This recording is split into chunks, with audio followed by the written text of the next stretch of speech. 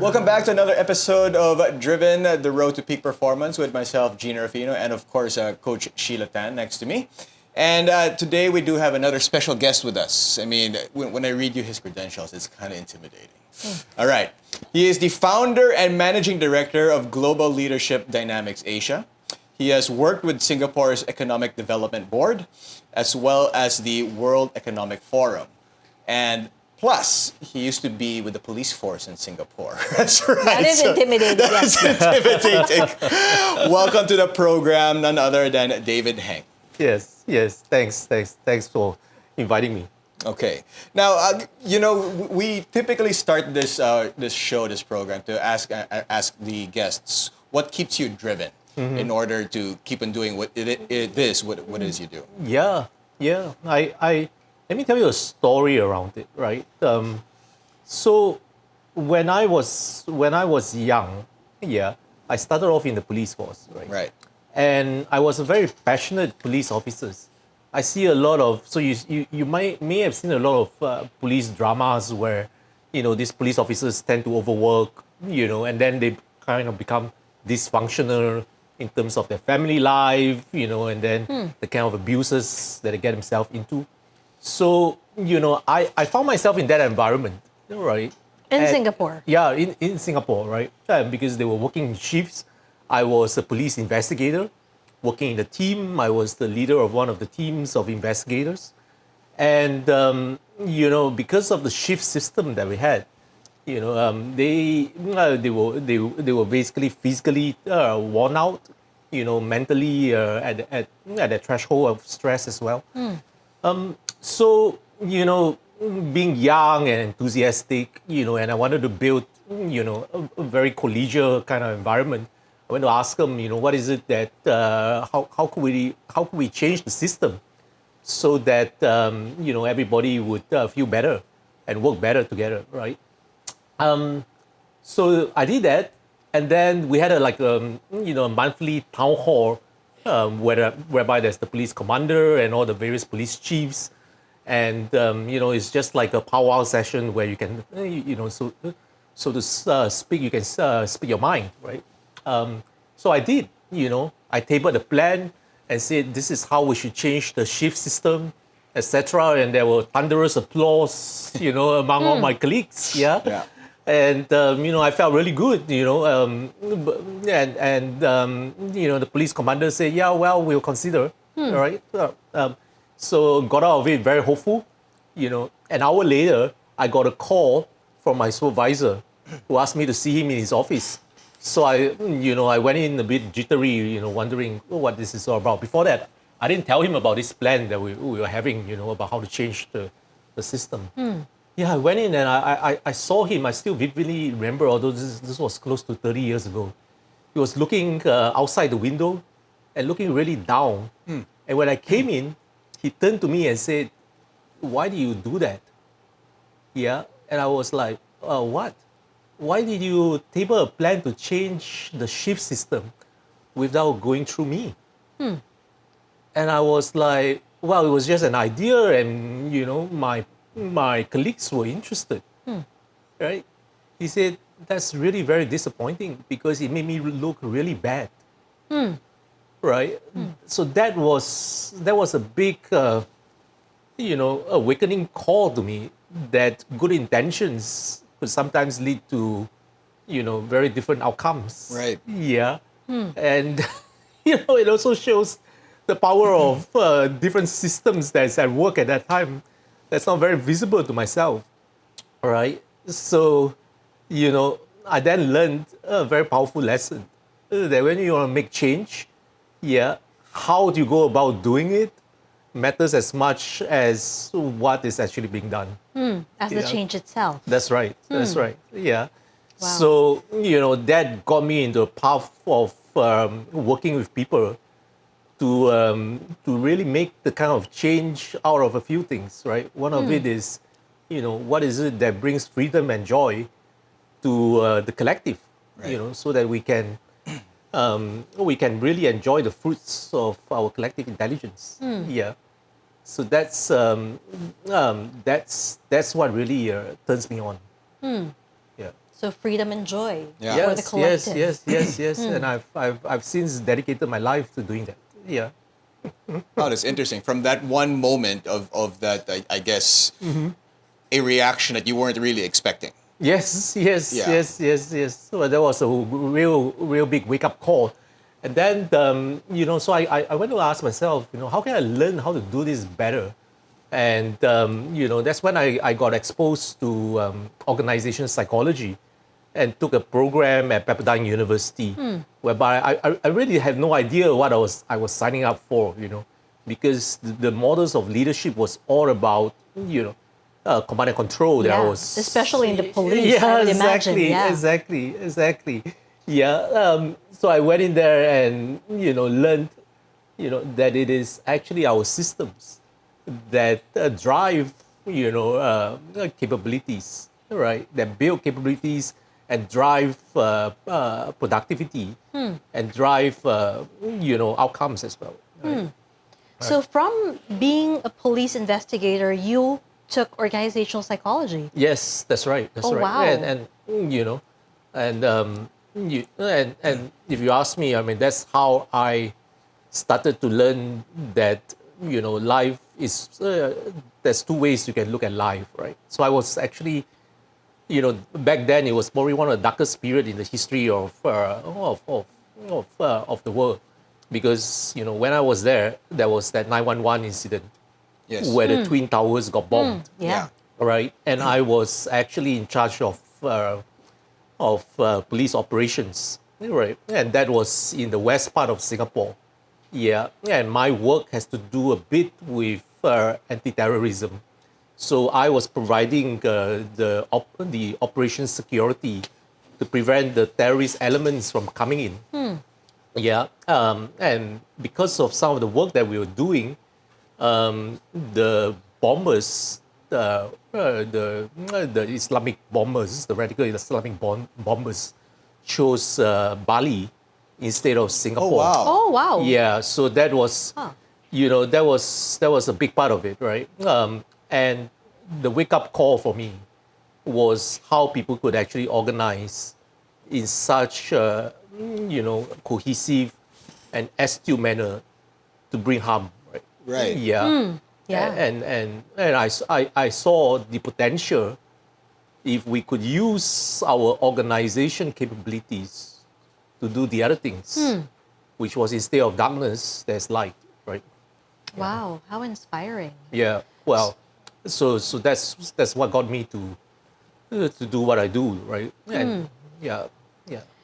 So were you still part of the police force when you took the organizational psychology course? Yes, I was. So I was learning how to work differently, lead differently, organize differently, Yeah. while being part of that system. Yeah. Yeah. And from there, how did you pivot to what you do now? Yeah, so then, I kind of asked myself, as I said, if we can use this to do good, Yeah. From the larger systems in terms of economic development, what possibility can come out of that, right? And that's how I decided to go into organizations and become what we call an organization development practitioner. Right. Yeah. Yeah. And my first job was working in an organization called the Economic Development Board of Singapore, where I was, working with the leaders of the organization to create an environment where people could actually exercise their true freedom, their true passion, and their, their best thinking to bring about, the kind of deals, the kind of policies that will shape Singapore's development. Yeah. Say more about how do you allow that to happen? What Yes. systems did you have to do? Changes in structure, if anything at all? Yes.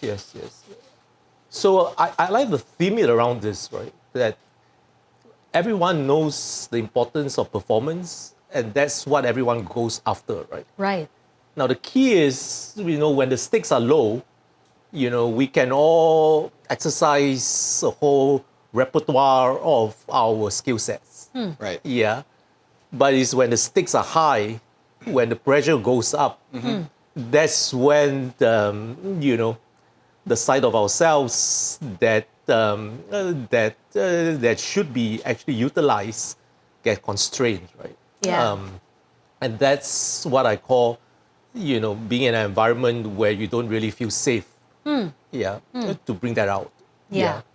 So I have worked pretty much around creating those environments, right, to bring about that kind of safety for people to have conversations, right, and to exercise their will to make things different. Yeah. Yeah, I just want to repeat what you just said because I think a lot of people may miss it that when we need to perform, Yeah. then the pressure's high, the stakes are high, then that's when we're not able to access Yes. like the best parts of us. That's right. And what That's you're right. saying is it has something to do with safety. That's right. And how would you define safety in this case? Yeah. So for me, safety is as simple as the fact that you won't feel humiliated or punished for coming up with ideas, your contributions, or even just, putting forward the mistakes that you are making. Yeah. Yeah. And then talking about how to what's there to learn from that and how to move on from that. Yeah. It's basically, is it in reference to what happened to you in the police force? Yes, exactly. Yeah. That's exactly the metaphor, right? Right. Yeah. For how that happened, right? That was the seed. Yes. Yeah. And then I can tell you, right? I mean, I'm a big avid Muay Thai and yoga practitioner. Okay. Right. And I kind of started late, right, in my 40s. Yeah. But when I first started doing Muay Thai and yoga, it was very, I was told by my coach and trainers, I was very rigid. Yeah, and what it meant was, I was so serious. Yeah, I was so afraid of failure, right? And that actually stopped me from bringing that flow Right. into that, doing those stands and being able to push myself to undertake certain stances as well. Right. So what was that fear of failure? How did you overcome it? Yes. In order to Yes. progress? And that's really the work, right? That's the work where it is that mindset, but at the same time, it is about being able to confront fear in itself, Right. rather than running away from the fear. So when I talk about psychological safety, it isn't about just being nice, right? It is, being able to being in a state where you can exercise that courage, right, to kind of push that boundary. Right. Yeah. And that I think it makes all the difference. Yeah. Yeah. So, I think I fell something like 40 times when I was trying to do a headstand before I finally got it. Right. Yeah. So, but then in each fall, how is it that what is it that I'm learning from it? Right. And that comes with being able to express myself and telling my coach, and being able to listen to that feedback. You're right. Yeah. Yeah. So that's what I mean by it. But fundamentally, what is important is this. I love, being able to feel my body, right? And to be being in touch with it and feeling the flow of that moment of going up, with, inverted, right? Yeah. Yeah. Being able to have that agility. Yeah. It's that love and passion that I have too, right? That I was able to access. Yeah. So it sounds like this metaphor of yoga is also similar to what happens in the workplace. Exactly. When people can be authentic, they can be in touch with their deepest passions and joy. Yes. Then they become the best of who they are. That's right. And That's they right. become more flexible. That's right. Yeah. That's right. Yeah. And it is actually the leader's work is actually creating such an environment. Right. Right. Both for himself and for the team. Right. Yeah. Yeah. And for the organization. Right. And this is the work that is on the self, and this is the work with the whole team as well. Yeah. Yeah. And what you mentioned a while ago seems very paradoxical because we live in a society where people are afraid to make mistakes. Yeah. In organizations, when people make mistakes, they hide it, they pretend it doesn't happen or it is what it was supposed to be. Yes. And what you said a while ago is that courage to bring it up, Yes. so that it could be feedback. Yes, yes. Right. So most of my work is with leadership teams, right?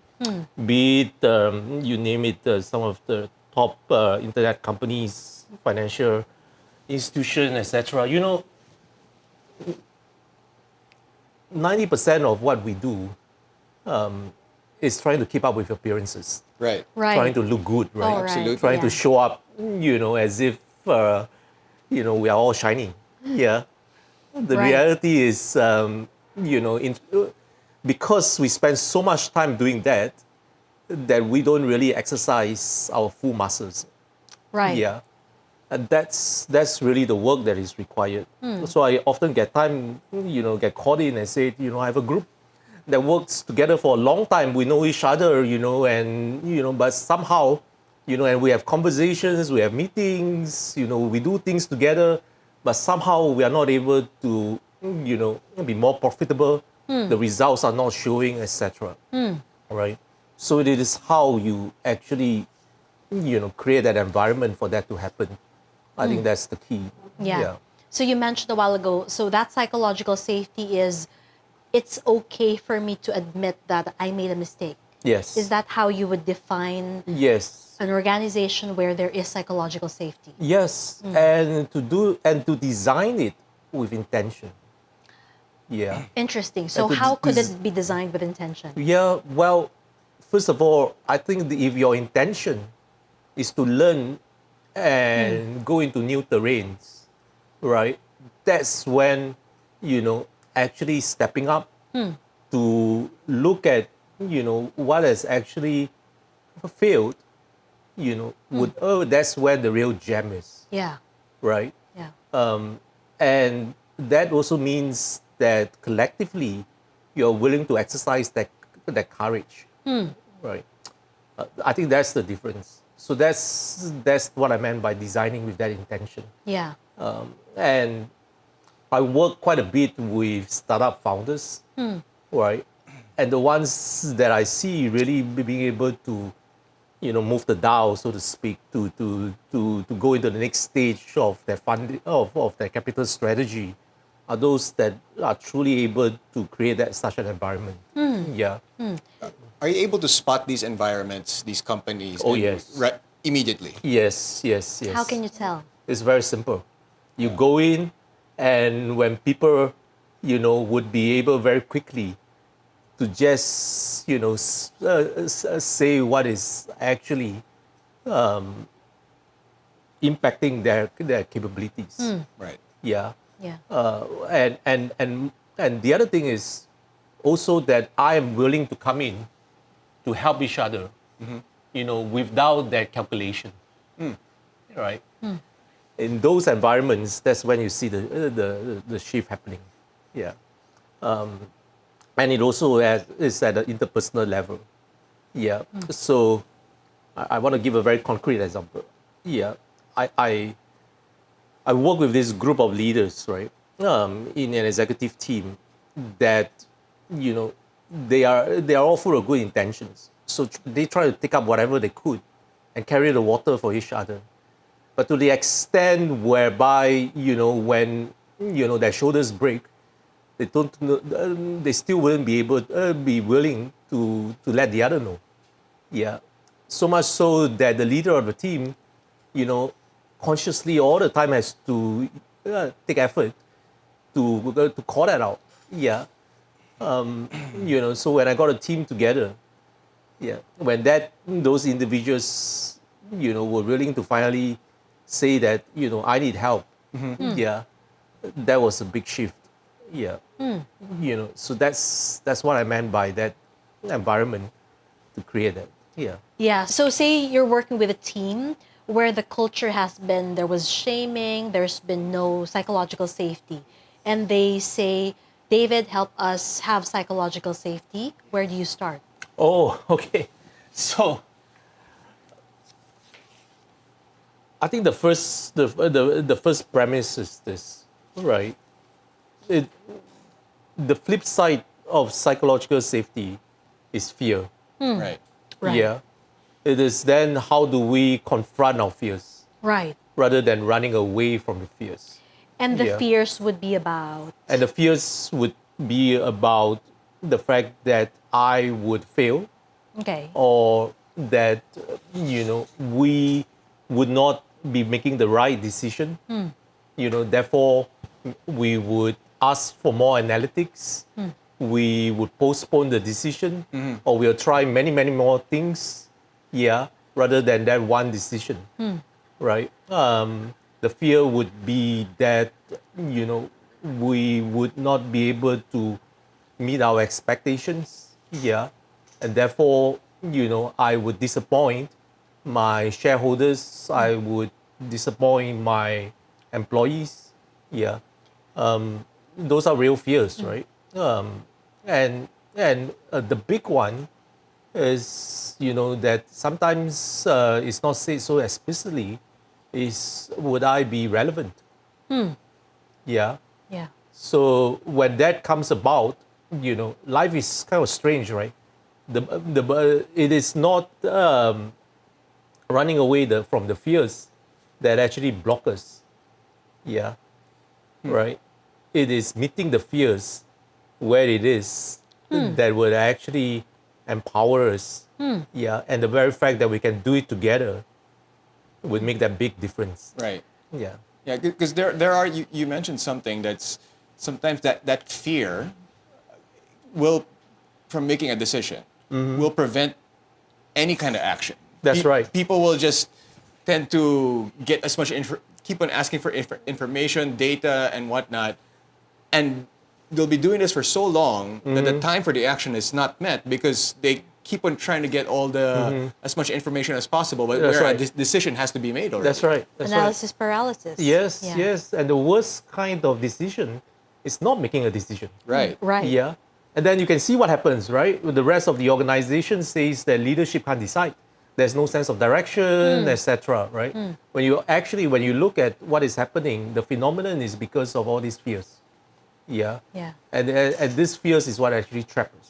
Yeah. So if the team was to come together and say, let's actually confront the fear together, right? In the first place, we have to name it. Right. Yeah. The first place we have to name it, and secondly, then as we name it, we allow that space to actually come together and say, all right, what are we going to do about it? Yeah. It is not just what I am going to do about it. Yeah.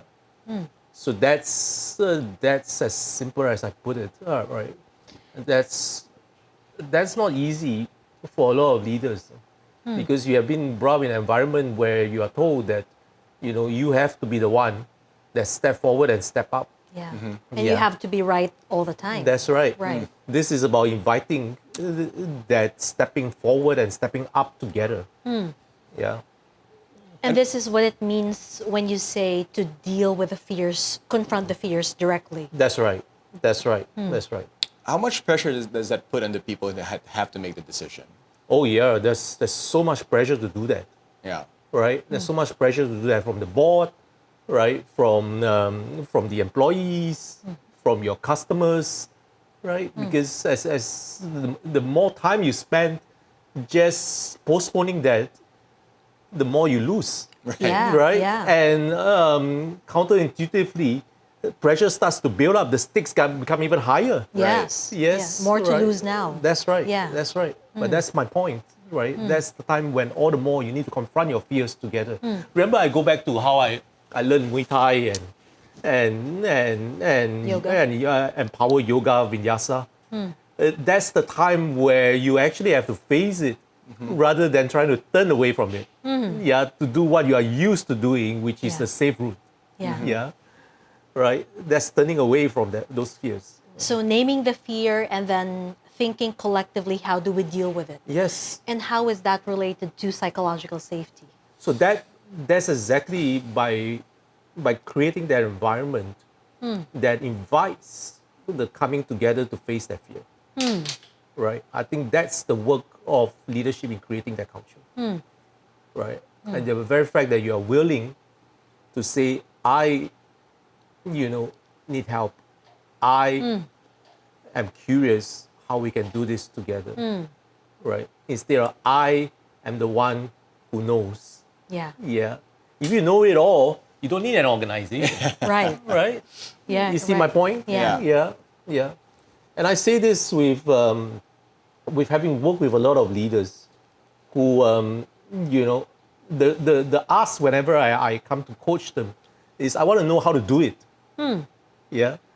I want to know how to do it. I want to be able to come to, lead to the next phase of growth, right? Yeah, the very fact is, when they say that kind of question, you know that they have built themselves into a place where they are either stuck or they are numb. Yeah. And it is actually exercising that courage, right? To build that whole environment to step forward together. That's going to be the difference. So that's the foundation Yes. for yes, growing, that yes, psychological safety, that Yes. doing things together towards that common vision. Yes. Yes. And then, that's learning how to access our love and passion together and the joy that comes with it. Yeah. Because that's when you get into that flow, Yeah. where we can all meet, Goliath together rather than just being the individual Davids. Yeah. And a lot of business leaders are going to say that's going to slow down my growth. Yes. If people are just going to keep making mistakes and they're not afraid of the consequences, and then we're not going to grow as fast as Yeah. we want to. Yeah. What would Yeah. you say to these leaders? Well, quite simple, It is not about what kind of mistakes are you making? Yeah, and are the mistakes even acknowledged? You could be making mistakes and trying your best to hide it. Remember, the first place that 90% of the time, we try to spend our time in organization, looking good. Looking busy. Yeah, Yeah. exactly. And not really doing much. Yes, yes. It's a full-time job. Image management Exactly. is what we call exactly, it. Yes. Exactly. I think many people, I know I've done it. I've done that in the past. Yeah. Looking like I'm busy, but I'm really not doing Yes, anything. yes. Yeah. And what wouldn't it be better if you just admit to yourself that you have nothing to do and you're better off just not wanting to do anything? Yes, absolutely. Yeah, you can rest and rejuvenate. Yeah, rather than spend your energies becoming busy. Yeah. Yeah. Looking busy. So that's the foundation, psychological safety. And then once we have that, what's next? Well, I think that's when it really has to tie on to what matters most. Yeah. And, that's when, presence comes in. That whole focus on what matters most. Yeah. And that's actually pretty empowering. Because when you want to do what matters most, yeah, that's when you can actually tap into that whole flow, right? And knowing what is it that matters most, right? And having that clarity, that makes all the difference. And what for you matters most? For me personally, what matters most is being able to let people express their freedom. Yeah. I think that, that is so elevating. Yeah. When I can see people expressing their freedom to pursue what is it that they have the biggest joy, that to me, is grace. That to me is what keeps me awake. Yeah. Yeah, and it sounds like for you that freedom, that being able to express oneself will help people perform. Yeah. And yet a lot of people think that's paradoxical. That's right. Yeah, That's a lot right. of people think everybody shut up, just listen to me, let's get on and grow. That's what I meant by, I think the work of leadership is being an architect of the organization. Is architecting for this agility. Yeah, the agility to exercise your freedom to bring the best outcomes. Yeah, and that, is not what a lot of organization leaders learn how to do well. Yeah. Yeah, and that really requires you to look at how the systems that you are creating is enable people to be able to thrive in that environment, right? One very explicit example is AI. This is a fast-growing phenomenon. Everybody is into it now, right? Yeah. But let me ask you, how much of the work that we are using in AI is for efficiency rather than a good human judgment and innovation. Yeah, I think that's the kind of design that I'm talking about, right? Yeah. When it comes to the whole strategy around capital for startup founders, how much of it is really about using the right capital strategy to grow to where you want to be, rather than just growing it for the sake of growing it to meet some expectations for investors exit, right? I think that's those kind of questions are really quite important. Yeah. And that's what I meant by being the architect. So if there's a startup founder who asks you for an advice, I want to be the architect of my organization. How do I grow sustainably with psychological safety, Yes. allowing people to perform at their best even with pressure? How do we do that? Yeah. Well, first of all, it is to be able to access the fundamental calling of what is it that got you to want to start this. Yeah. Startup founders are a bit different, right? Yeah. They are the ones who want to really exercise freedom to pursue, some an agenda. This agenda could be bringing a product or service or capability to the world. And that is what that's what get them started. Yeah. I think that clarity needs to be in place first, right? Then comes the next stage, which is, what is it that I want to be able to create together with the people that I'm going to bring together. Yeah. Yeah. And that's where, the earlier things that I said Yeah. around psychological safety plays such an important part. And you need to work on yourself as well, right? Yeah. Because, you're going to feel anxious and fearful at every stage of this growth too, right? Yeah. That's the path. Yeah. And you created this model to sort of help startup founders have like a scaffolding Yes. to understand what needs to be there. Tell us about that. Well, I can tell you what I've been seeing. I've seen a lot of startup founders, break their backs while trying to grow their organizations. Yeah, and I literally mean that. They work to the point of of a breakdown, right? And their teams as well. Yeah, so much so that what then happens is either the people finally have to give up, or they may have grown an organization, but they lose their heart. Yeah, And what do you think is the problem there? I think the problem is really understanding how to build capacities. Right? Learning how to build capacities. Yeah. All my energies are now spending, how do you build that capacities to enable such change to happen? Right? To enable such strategies to pivot when they need to. Right? To build the capacities to learn how to access, the strong demands of customer pressures. And that's where I think a lot of innovation needs to come in. Yeah. So it is not about just working hard. Yeah. Right. It is really about being able to tap into these capacities. Right. Yeah. Work smarter, not harder. Yeah. Yes, exactly. Yes. Exactly. So you don't have to look busy. And bring it back. Yeah. Yes. Yeah. David, can you give us an example of that? Yeah.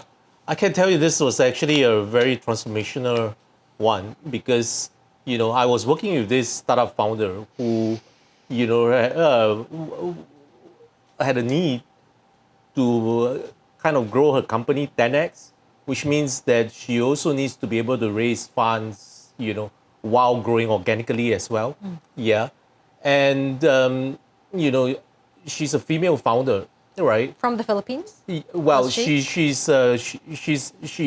her operating environment is in the Philippines. The business is in the Philippines, but she was not originally from Philippines, right? She married a Filipino, right? And what was interesting about this was that she kind of told me that there's some inherent bias against women startup founders, right? And I was like, wow, and you will discover there's some truth to that, right? Because the whole investor community was actually quite oriented towards the typical, alpha male, of a certain certain ethnicity as well, right? And so, I then reached out to my alumni in the OD program that I taught in Pepperdine, right? I put a post in this resource on Facebook that we had, right, on this platform, and asked whether anyone had experience trying to help such founders, grow their company 10 times, especially in an environment where there seems to be some inherent bias. Yeah. And one of them responded, her name was Maria. Yeah. Right. And said, hey, I'm actually in the business of, investing in such founders and helping them grow, as female founders, especially in sectors that have that potential, to kind of change some of the well-being of the whole economy, right? Yeah. Yeah, and well, Maria was our guest last week in last week's episode, and she just so happens to be here as well. So I mean, why don't you just bring her in? Why don't we bring you in and join the conversation? Just because, we. Oh. Yeah, it's Hello. The grand back. entrance. the grand entrance. But, Welcome back. Yeah, welcome back to you. the program. I mean, it's last week we did touch base a lot on how you started and how you developed and why you did it. I mean, that was a very interesting interesting story as well. But having the two of you here, totally unplanned. but it's nice to have the two of you here. And I actually didn't know the story of he reached out, he posted it, Right. you replied, and then I guess things were meant to be this way. On Yeah. Facebook. On Facebook, yes. Yeah. He replied asking, is someone familiar with these funding rounds? I'm working with these CEOs and I noticed this pressure that they experience and I'd like to understand it more. And I said, I think I could help you with that. Yeah, exactly. Yes. And I had already made my transition into VC and angel investing. And David and I started to realize there were a lot of patterns and similarities in experience working with these startups that we couldn't really speak with other people about. We were having difficulty finding resources for. And this is in the US and Asia for you. Yes. Yes. So the patterns were similar. Patterns were Yeah. similar. And the patterns were what? Well, one big pattern is somewhat related to what I said about this inherent bias, right? Which is the great man model to making change. Yeah. That I would want to invest in a company where they were 10x and they will be the only one left. Yeah. And that means that I would have a certain persona of the kind of founders that I will invest in, some companies that I will invest in, right? And that also means that, we would be investing in companies that, would be driving growth, at all costs, right? Without looking at it, how do you actually do it in a way that is systemic and at the same time with impact, right? And as you learn and grow in a way that is sustainable. Yeah. Yeah. Founders with very mission driven, not much of an ecosystem to really support them, feeling on an island. If you think about like founders and entrepreneurs, and we talk about vulnerability, as a leader, and that's a lot of what we coach on, like when we're thinking about established companies. But as a founder, if you were to show vulnerability to your employees, like there's risk of them saying, I'm going somewhere stable. Yeah. We don't know, I don't know what's happening here. Or if you show vulnerability to your investors who could also be board members, they may, want to remove you and bring in a professional CEO. And so they don't have much of a support system and are often on an island. And so coaches like David were sounding boards and really a place where they can just be human. Yeah. But then there were these dynamics of investor founder relationships that you don't experience in established companies. And so those were new dynamics having come from more established Yeah. organizations that we noticed, like were unique to these founders. And again, wherever they were in the world. And you created the solution together. Yeah, so we came together and bring our experience together and our research together, and created a framework where, we sort of want to be able to help founders understand the terrain that they are operating in. Like where are they in terms of with the kind of stage of growth that they're at, and the other dimension is, which particular domain of capabilities that they need to be able to build in order to go to the next stage, right? That's largely what is it about, and understanding that they work in different orbits. So what do we mean by this? So these orbits are different pockets of stakeholders, right? The investors and are one orbit, right? These are the funders. The regulators could be part of it as well. The next orbit is really the people that they have, right? That's with them, the founding team, etc.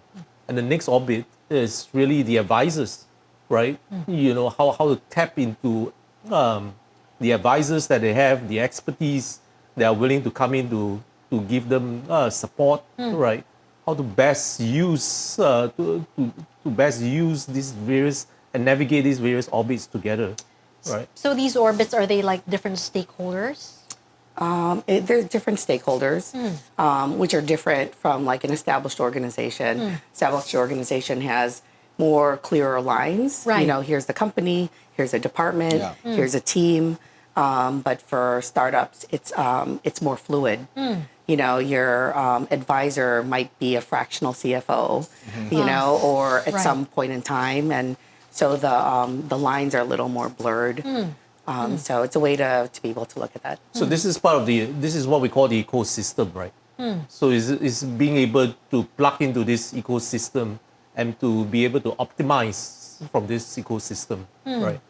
And then the other part of it is to understand that as a startup founder, you have to navigate various tensions. Right. Right. One of it is the clear one, goes back to power, right? So I talk a lot about the calling, the love and joy of what you do, the presence. I think the fourth dimension is really about exercising power. So is power just seeing it from the self, or is it distributed?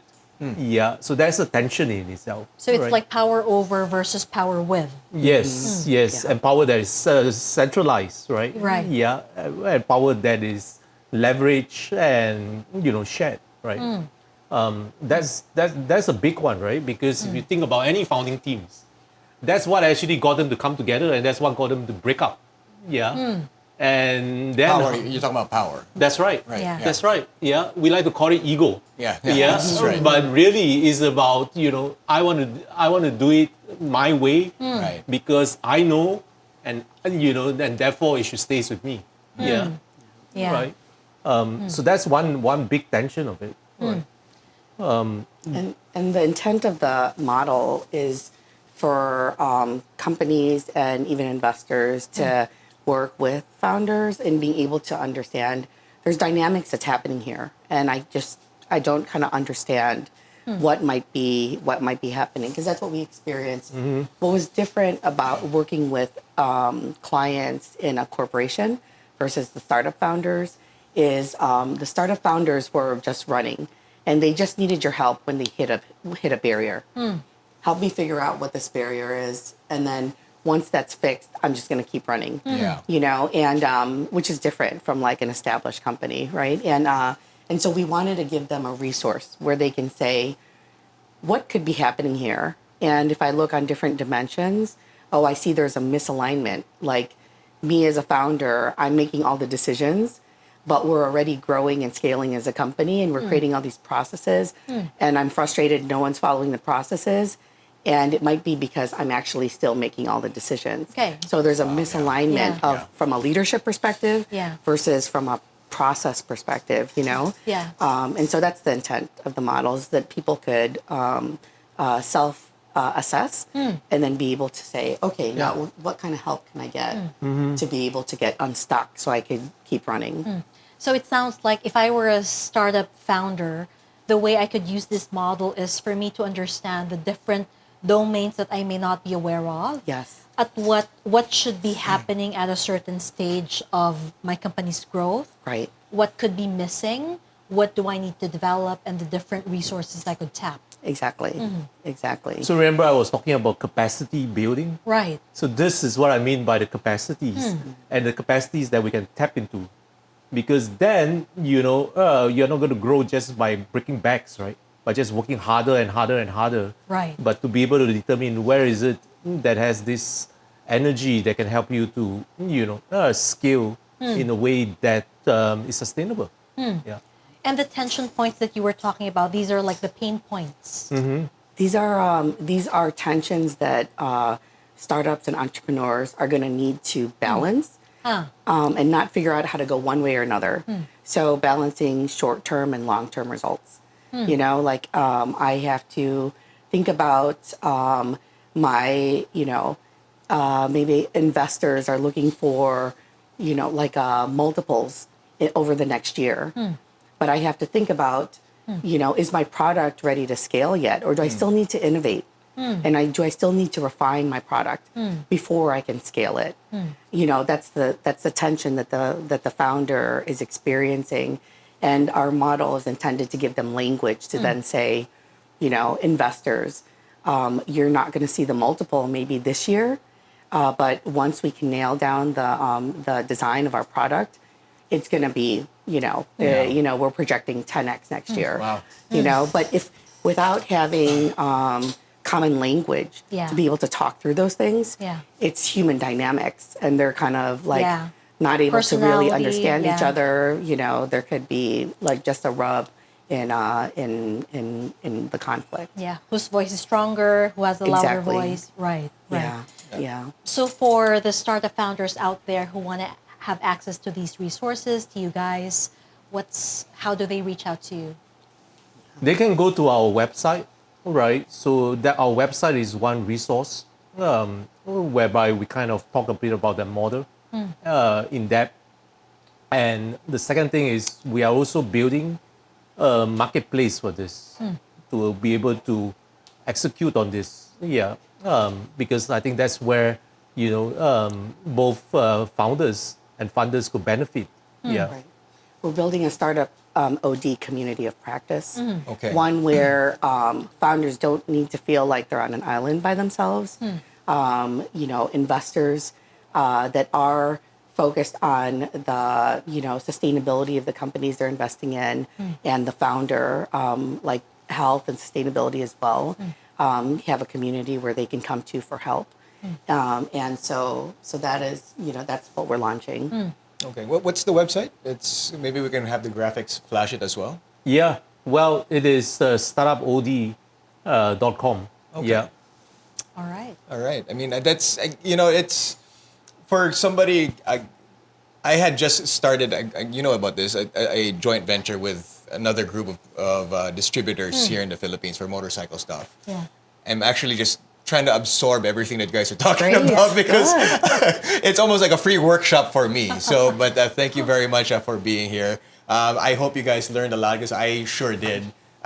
Hopefully, my notes will help me with the growth of my personal venture. But final words from you guys before we say goodbye. Well, I think, as any startup founder, right, or anyone going into wanting to create something for the world and for themselves, you need to know that you are doing this because of the love and joy for you to exercise this freedom. Right. Yeah. Yeah. I think that is my call to action. Right. I love that. I truly believe that self-awareness is one of the most underestimated assets that a company has and that founder has. I would say that startups, I believe startups have the possibility to be able to create a greater future. And if in the way that they design their systems, in the partners that are about, exponential and expanding possibilities, and in how the founder, develops themselves, that's what the company, the impact the company will have. Yeah. Okay. Well, David, Maria, thank you very much for being part of this program. It definitely was something that I learned a lot from, and hopefully a lot of the viewers and listeners out there learned a lot from as well. Again, if the website, we'll flash it again. It's going to be on the link below for those of you watching on YouTube, so you guys can learn more about it. I'm sure there's, especially here in the Philippines, when there's a lot of entrepreneurs and small Yeah. business owners Yeah. here in the country. But thank you very much once again. Her name is Coach Sheila Tan, I guess, our guest. Hopefully, maybe they'll be back here soon. Yeah. Hopefully, that's going to happen when things continue to evolve. And of course, my name is Jinno Rufino. You can reach out to us on our social media platforms. Again, the graphics will show you the social media platforms. And right, this has been Jinno Rufino. Thanks for watching another episode of Driven, the Road to Peak Performance.